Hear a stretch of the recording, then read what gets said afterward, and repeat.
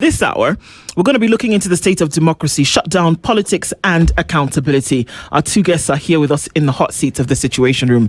A very good morning to Samuel Pogisho, who's the former Senate Majority Leader and ICT Minister, here with us this morning again. Good morning, Bwana Pogisho. Good morning. Good How are you? Here. Good to be here. Good to see you here. Karibu Sana. Former Minister as well, Kipruto Arap Kirwa, is also here with us in the studio. Good morning. Good morning. How are you? Very well, thank you. Yeah, somebody was asking me yesterday when they knew that I was coming here, when does she go on leave? I need you to ask that question again. Hopefully by the end of it, we'll get an answer. Yeah. Thank you. All right. So as you both know, we go through the African continent every week. We come from a different African country. I love the country that Aseto is in this week. Actually, his name kind of sounds like that country. We'd love to get your interpretation. The country we are in today, the capital is Maseru. It is a country that is within a country, if that makes sense. We are in Lesotho, right? The people of Lesotho, a single person is called Masoto. When there are many, it is Basoto. It is also the country, the only country in the world that is 1,000 feet above sea level across the world. It's very high. If you want to enjoy winter, you don't need to leave the continent. Just go to Lesotho and you'll enjoy the cold winters and snow in the country. But the proverb we get from this beautiful country, one who wants everything ends up with nothing. One who wants everything ends up with nothing. How would you interpret it? Well, I think it's a question of you must also be fair to the rest, so that it's about equity. That they say in Kiswahili mtaka vyote ukosa vyote. So I think that is the same, and you realize the certain, you call them Mengeli, Basoto, Masoto. It is like, it is Bantu. Yeah, Bantu. And that's why it has that correlation with Kiswahili. Mtaka vyote ukosa vyote. That is, be fair. Yeah, you just take whatever belongs to you, but also allow others to partake in whatever you're doing. Yes. Yeah. Monsieur Pogisho, how would you interpret it? I think it brings out the African concept of community, of sharing. And so you cannot be greedy in a community to the extent that you want to keep things for yourself and a lot of things while others have. African societies would take care of their widows, their orphans, the weaker people, the people who don't have much. They'll find a way of compensating, and the idea is all children are taught to care about other people, but see, I think when we got our education, which is foreign, we started being greedy and wanting to amass and so on. We're competing, I don't know with who. So that's a big problem there. Amassing, wanting to own everything. And as you can realize, by the way, that you'll miss friends, you'll miss colleagues, you'll miss the community. Yeah. Well said. Well interpreted, asante sana. Indeed. And so Kenya finds itself in a very interesting space. And we want to look at numbers already, what we've been told, and rather not numbers, but dates. We've been told as to when the campaign season will officially open. Now, you might be in a different country when you see what compared to what the reality is. So, by and large, we've been told that by the 29th of May until the 7th of August is when the campaign season will open.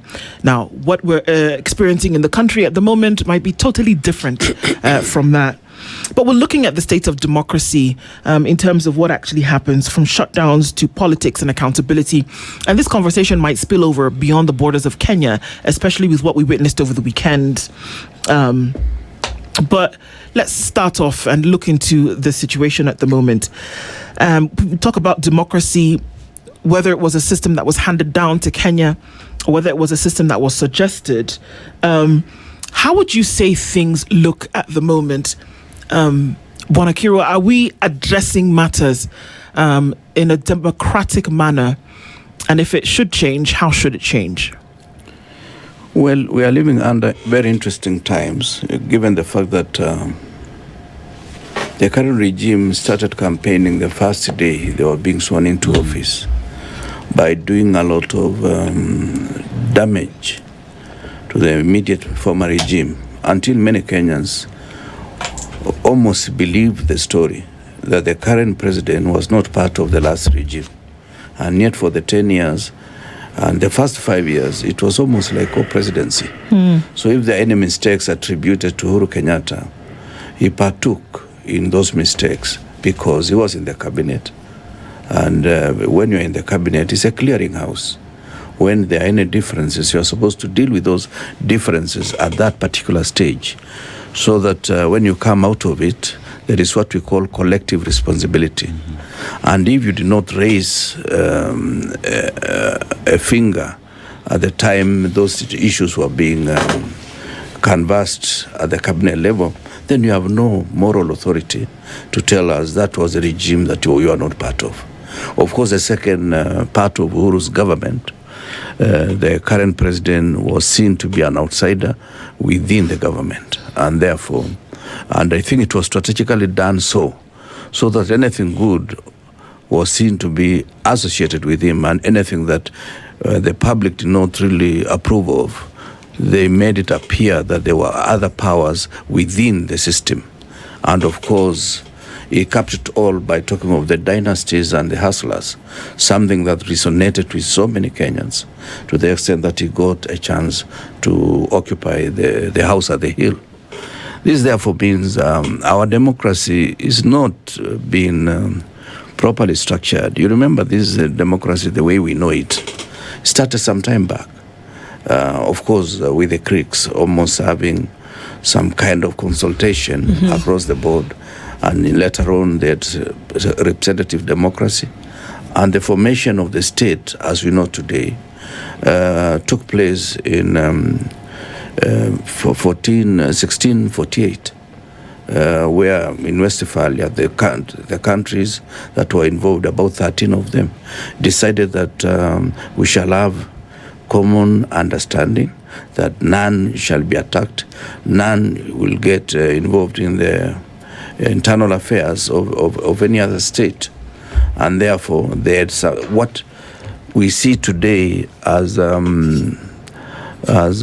collective security.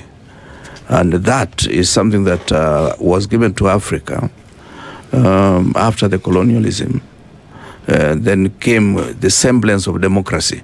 Otherwise, when you look at it strictly, we are here to get into that space where when you lose an election, it's still democracy. When you win, it's still democracy. We are dealing with democracy as if it is a commodity that is malleable, that I should turn it my way. As long as I'm doing that, it's okay.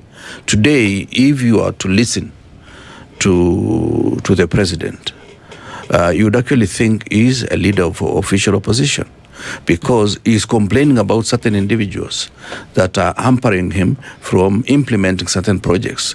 Yesterday, the other day when he was in Meru, he was saying there are people who don't want a state house to be built in Meru. Really, who has told him that? Why should we imagine a situation that has not taken place? So these are some of the issues that we need.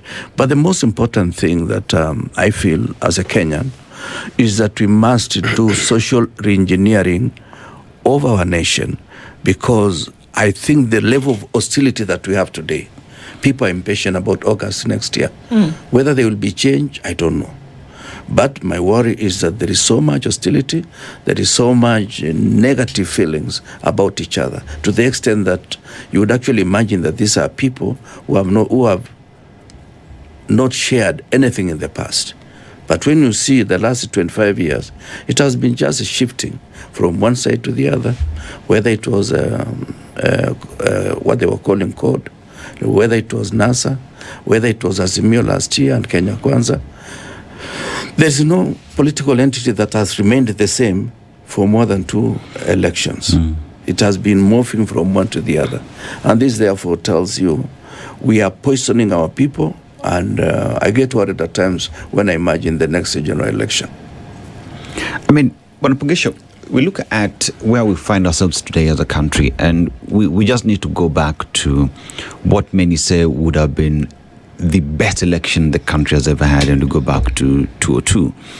And you look at 2002 Kenyans and the election that there was, and Mwai Kibaki taking office, to a point where Kenyans themselves went to the streets and said, we're here to fight corruption. We will arrest police officers ourselves who are corrupt and ensure that justice is actually served.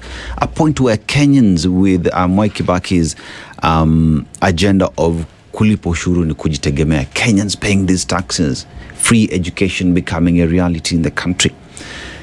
What has changed so much that we find ourselves today as a country that we're finding there is politics of negative ethnicity that we see in 2026, thinking that 2007 taught us never to go back that route again?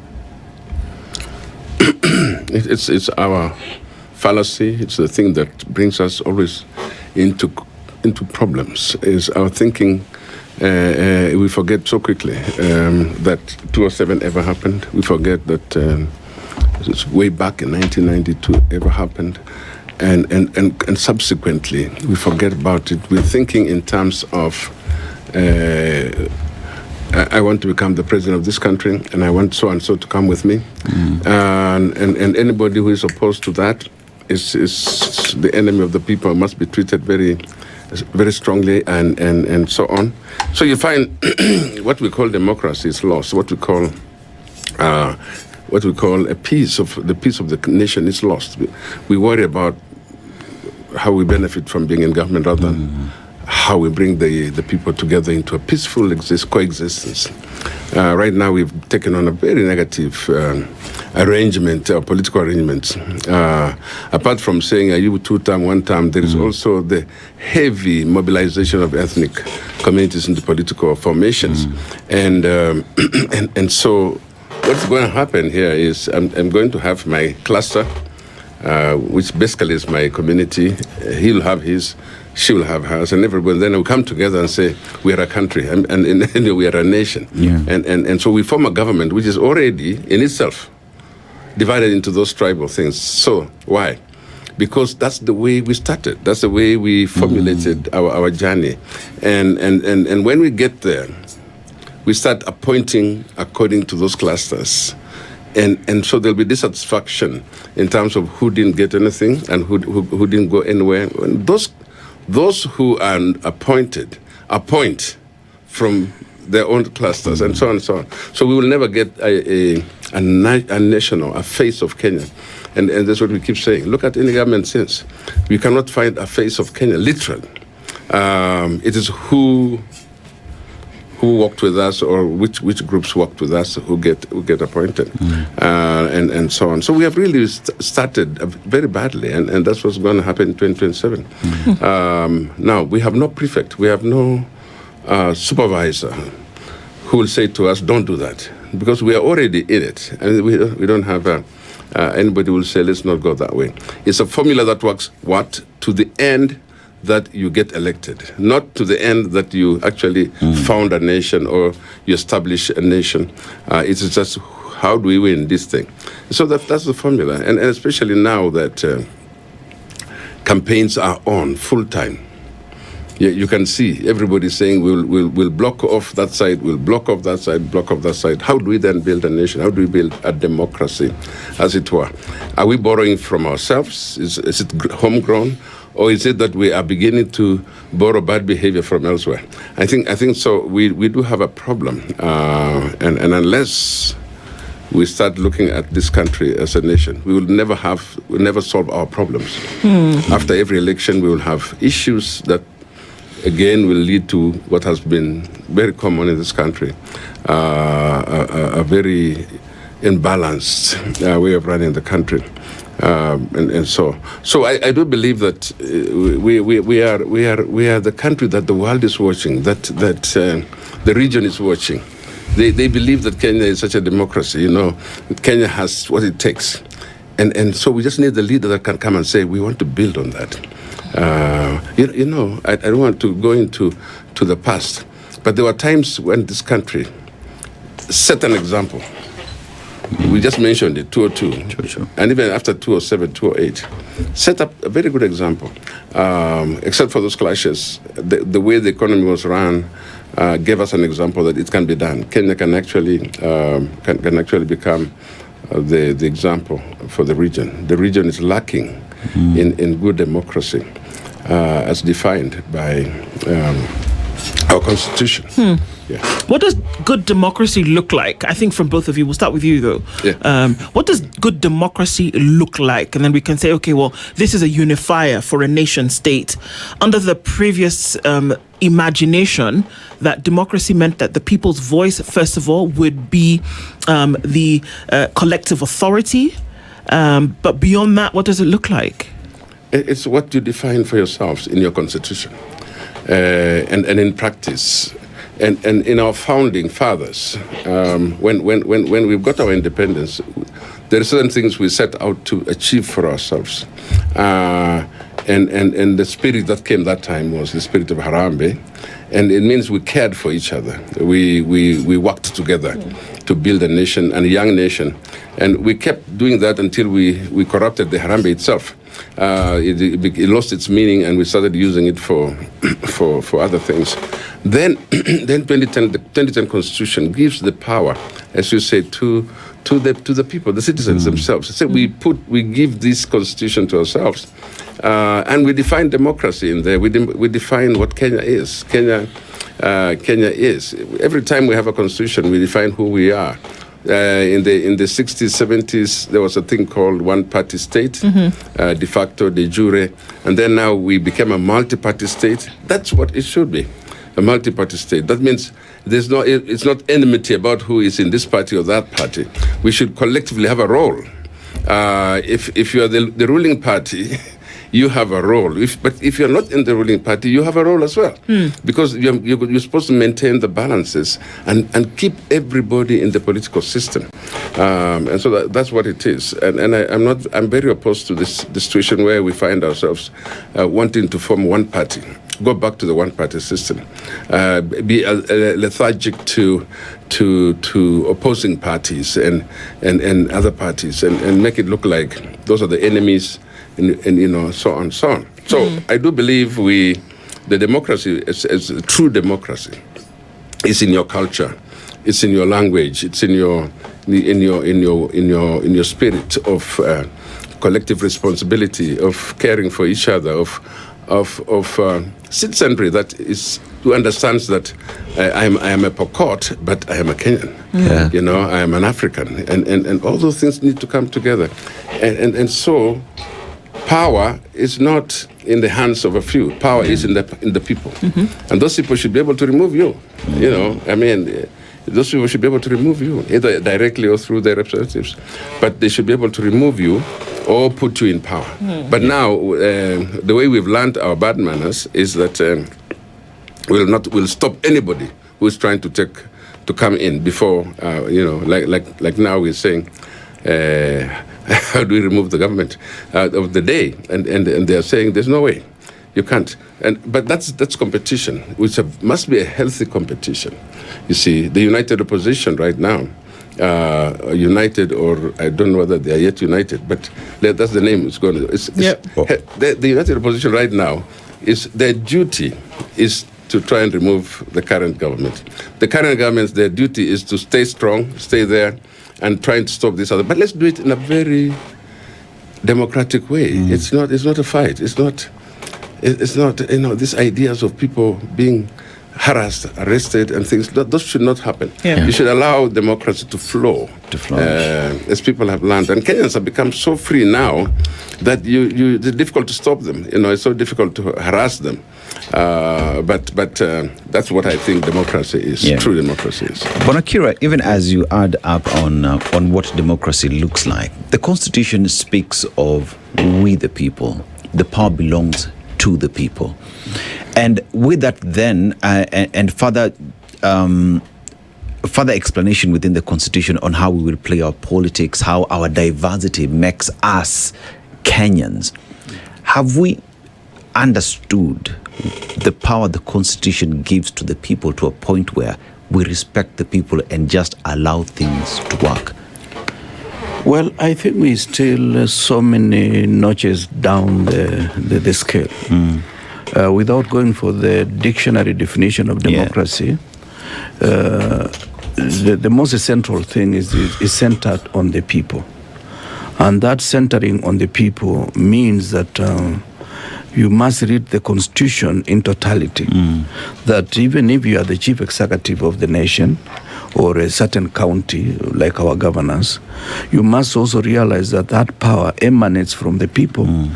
And you must allow other institutions within the Constitution that have certain defined power. What do I have in mind?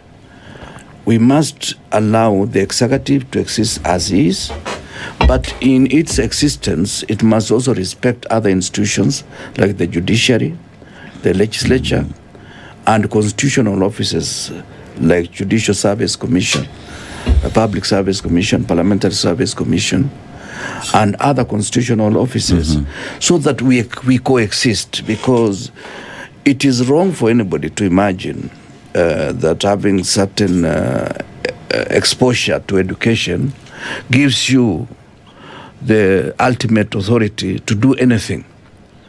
And that's why, without really belaboring the point, at times I find those in power almost reminding us that, I am this. If you believe you are, then you should not remind us, because you know you are.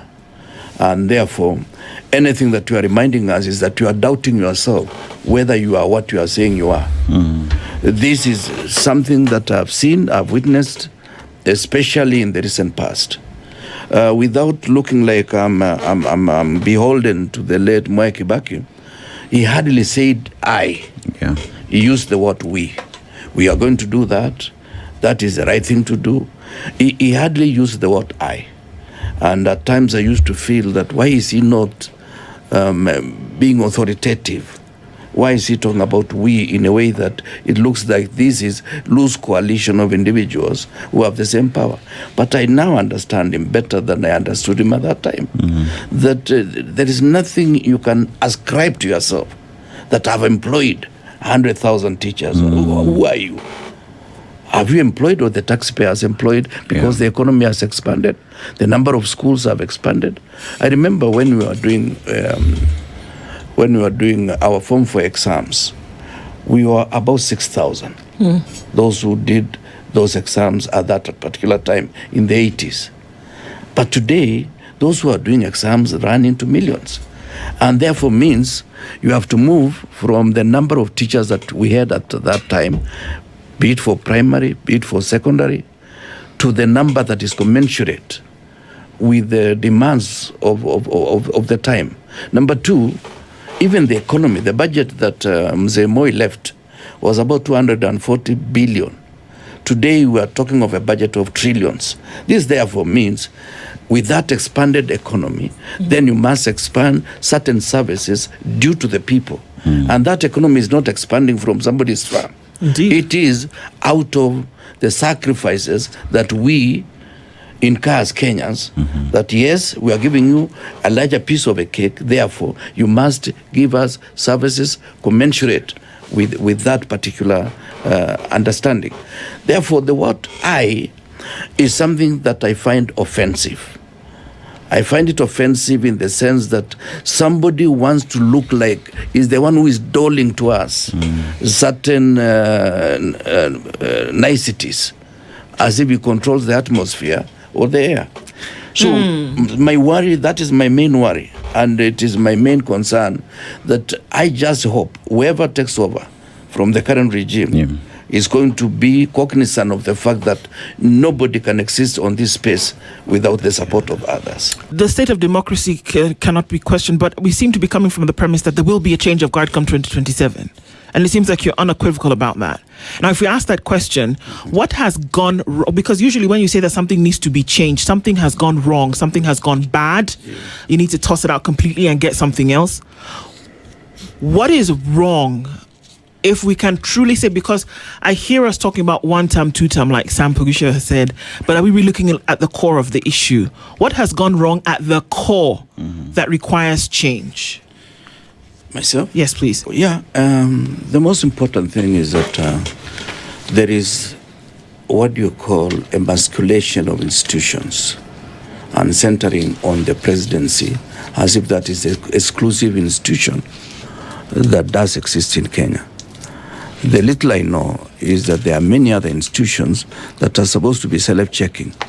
Today, the presidency has become like is the ultimate authority.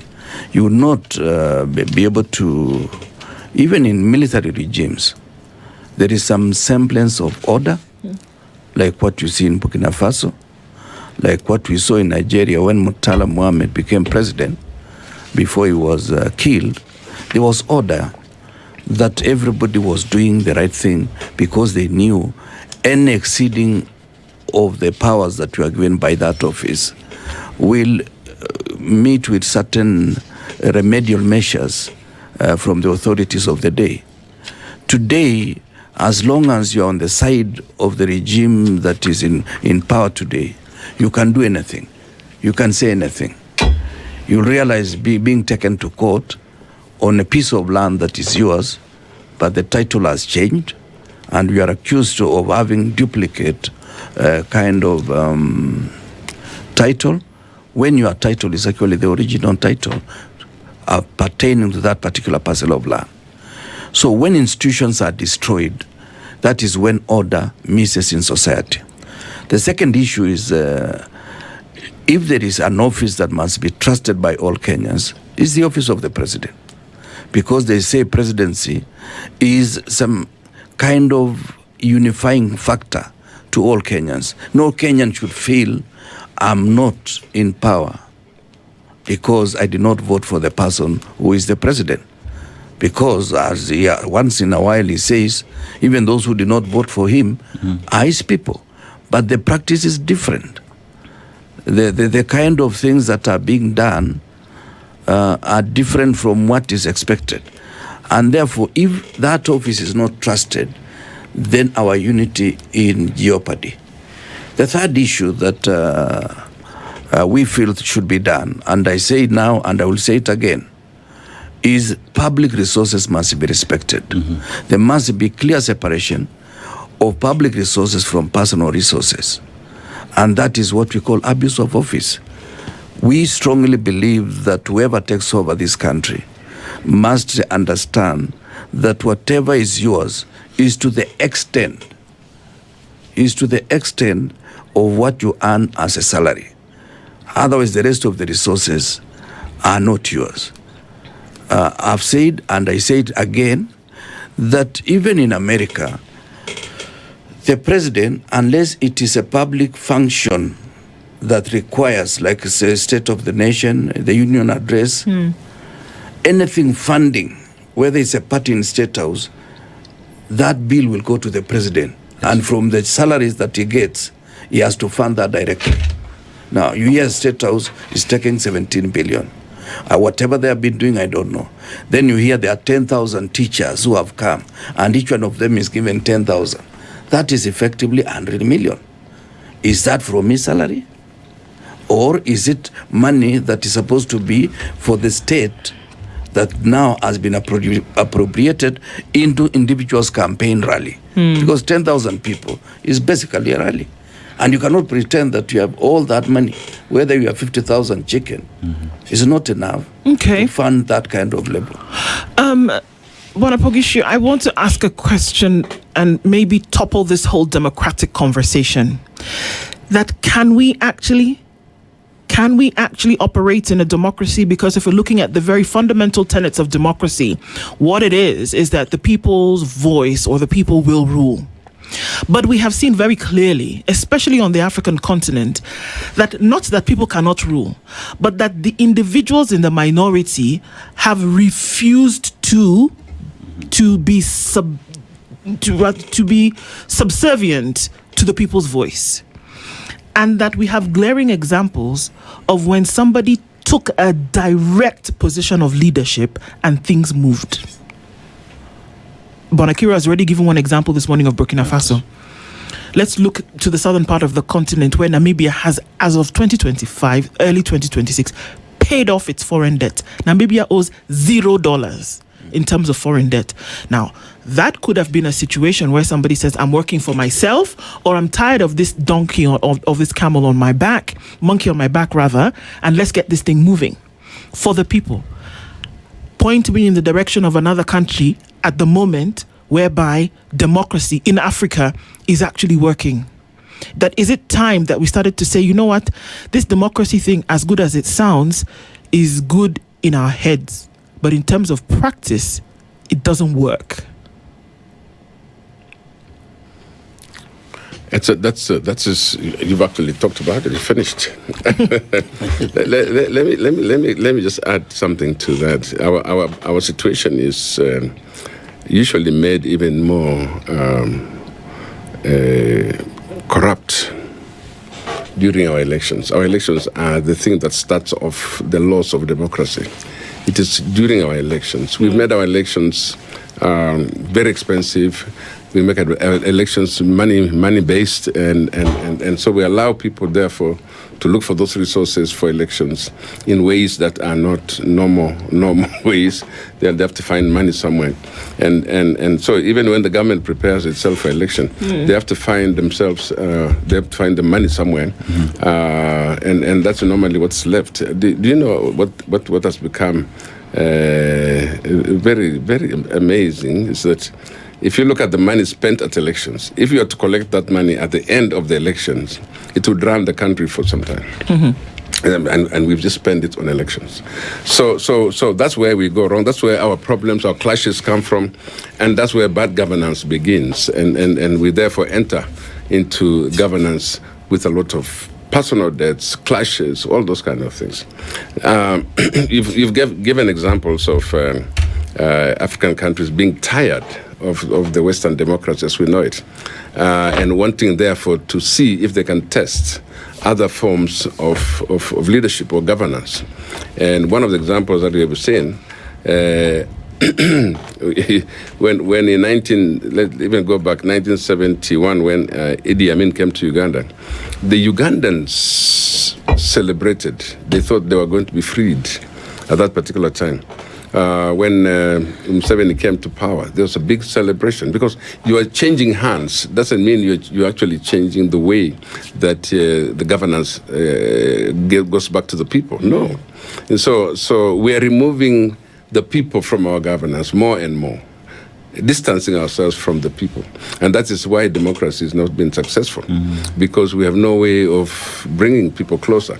The ruling class lifts themselves up and stay in the sky and leave the people down. And so that's why we come back to say, I'm going to do this for you, I'm going to do that for you, I'm going to do that for you, because that's what we have done. We've classified ourselves as us versus them, instead of really saying we are them, or we are us, whatever it is. So you remember the famous statement that said that we've seen the enemy and it's us. It's really, that's what has become of our democracy. We have destroyed that basic tenet that we are servants of the people.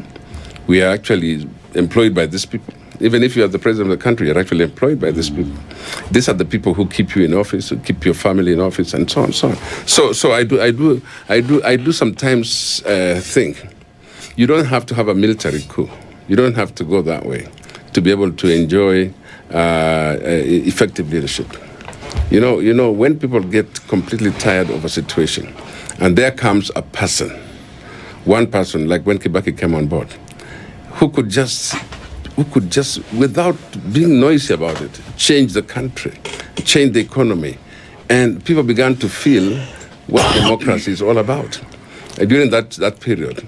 Now it's the same thing. So if you look at what has happened in Namibia, is not a military thing. A lady came. She came with a purpose.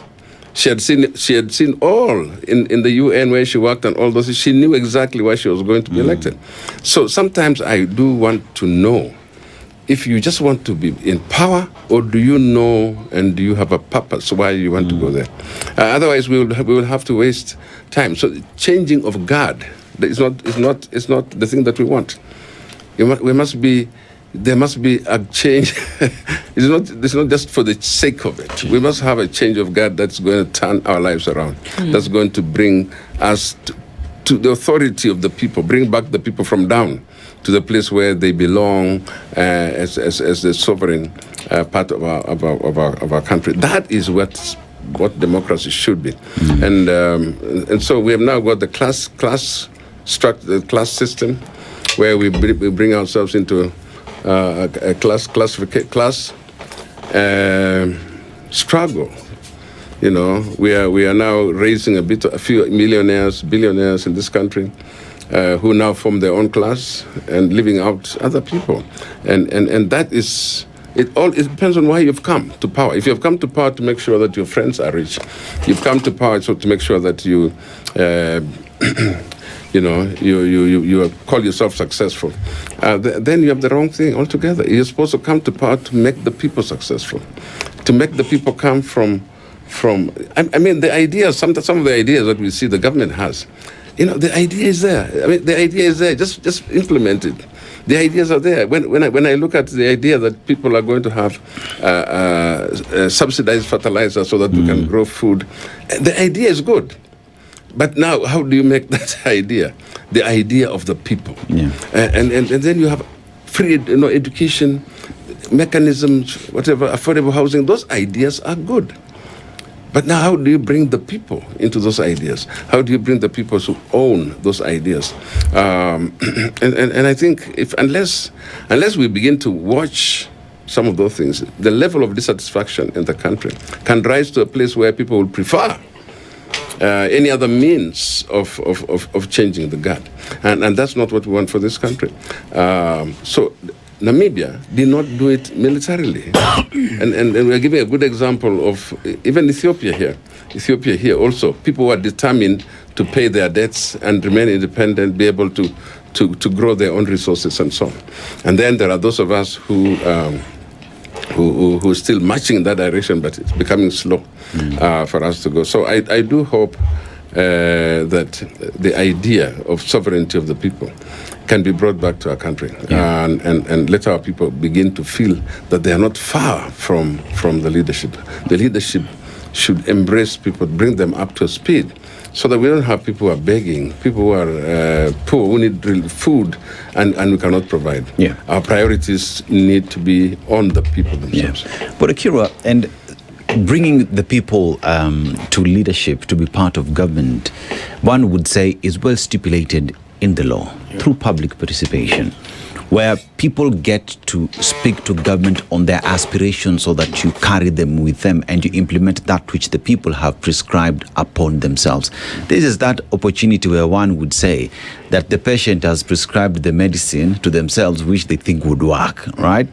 But we see that even that opportunity that the Constitution has given the leadership of the country to take advantage of, to bring people on board, has not been looked at as perhaps the medicine that is there. That it is always about what I want, I will shove it down your throat, and you have to take it because I have said so. And one would then ask the question, as we continue with this political chess game that we see today, and segregation and splitting of people along the ethnic lines, can one then get to power after those fault lines have been crossed and say that, and convince those that he alienated during the campaign period, even when they formed government, that then I can bring everybody together? If from the word go, you split people, what does that do to the peace, to the unity of a country that should march together? Well, there are a number of things that happen, but the most important activity in leadership is the capacity to listen. Mm-hmm. And when you are listening, you must listen keenly and interpret the aspirations of the people in a way that you move in the direction they wish. But the ability to listen is very scanty to many leaders, including our president. He does believe that because he has reached a certain level of education, therefore the rest will have not aspired to that level. And as you progress, When you are in primary, you do more than 10 units. Yes. When you go to secondary, the number is reduced. When we used to have from 5 and 6, you could take about 5 subjects. A general paper, subsidiary maths, and other principle. Then at the university, you reduce. Just like that. So at the level of PhD, it's actually a narrow area of research. And I just want to remind him that the more you research, the more you aspire. Because even there is post-PhD, what they call postdoctoral level of education. As you go that, you specialize in a narrow area. Like for him, he was dealing with some animal called Sitatunga and land degradation in my former constituency, or my constituency, because I still live there. And this therefore means he knows a lot about Sitatunga. But we are not Sitatungas. We are human beings who have a free will given by God, not even by the constitution. So the most important thing in a country, even the countries that we've mentioned, Namibia, Burkina Faso, even during the days of the late Thomas Sankara, and even to a certain extent, I see the young man in Botswana trying his best. But at times he overtalks, and I get worried about such people. So my worry is that it takes one person to bring sanity to a nation. Because Kibaki 1, we are operating at 96% our own revenue collections. 94, and only 6% came from other countries. And we rolled out free primary education and the stimulus because we believed the more you take money to the people, the more you allow that money to be in circulation. And also money started going to the banks because initially a lot of money was staying in mattresses because there was a bit of corruption. But when it is your money, that's why you and I, Dennis, we are crying. There's no money. Because whoever owes me or owes you takes long to pay you. And therefore that money is trapped somewhere because it's not genuine money. Because if it was genuine, it would have gone through the bank. And therefore there would be money in circulation. Now, the most important thing is not even the cabinet. If I was to be president today, I will inherit the same cabinet and allow cabinet ministers to work. And there will be a lot of difference. What am I saying? The fish starts rotting from the top, from the head.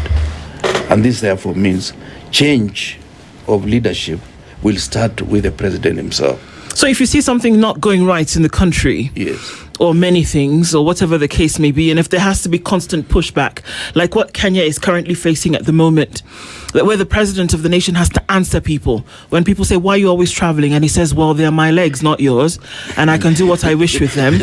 And all I've come to do is change my shirt, and I shall be back on a plane to go back again. Yes. So when you see that kind of answering back and forth, and if you say that if you would use the same cabinet, yes, because the fish starts rotting from the head, yes, then is the response to change the head? Yeah, you change whatever is rotten. Yeah, whatever has gotten rotten, you change that. And you inherit the same people. I know there are many good ministers. Today I would not even change half of them if I was to be president. I would run with them for about 1 year and see those who will fall by the wayside. So you're saying that folks who are not working, yes, not working today, are not working because of the influence from or lack of the chance to actually get things done because of the influence from the top? Yes, that is it. Let me give you a simple example. Under the constitution, the constitution that I operated with as minister, many parastatals, the chairmen were appointed by the president. The CEO went through certain interview, and you are given 3 names for you to use your discretion, and you are not bound to say number 1 must be appointed, even number 3. The 3 names you are given that discretion. All the directors or board members, that was the purview of the minister. Today you hear ministers saying, so-and-so is a director in my parastatal, but I don't know how he came in. Only to be told he came from State House. In fact, at times I feel government printing machine, the government printer, should be in State House because they seem to operate at will. Remember, they were printing some documents at midnight during the impeachment of Rigathi Gachagua. Now, the most important thing is, the point I wanted to make is, if it is parastatal A, State House or OP will ask you for two names, so and so and so and so. Then the president will pick one of them. This therefore means you are given that freedom, that even if it is the appointment is done by the president, but you are given two names, so that you have confidence that you are running a ministry that people respect you. And if you feel a chairman of a certain institution is not doing well, you give your recommendation to the president, and the president would say it's okay. That person would be removed and somebody else will be put there. So that when you are a minister, you are a minister. But today, many of these ministers cannot say anything. Remember the former Minister for Education. What was the name? Which one? Machogu. Machogu. Okay. He had to wait up to midnight to say schools are not on tomorrow. Yeah. When some people from Busia had traveled all the way. When they're in the streets, they are told, no, there's no school tomorrow because of 1, 2, 3. Why?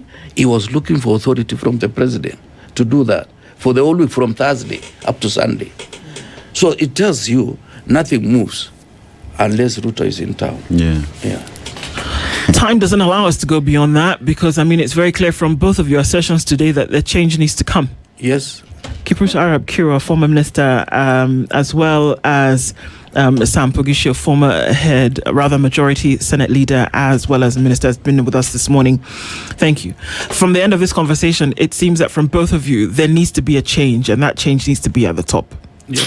Thank you both for joining us in the Situation Room this morning. Looking forward to more conversations. Good morning, everybody. This is the Situation Room, the only way to start your day.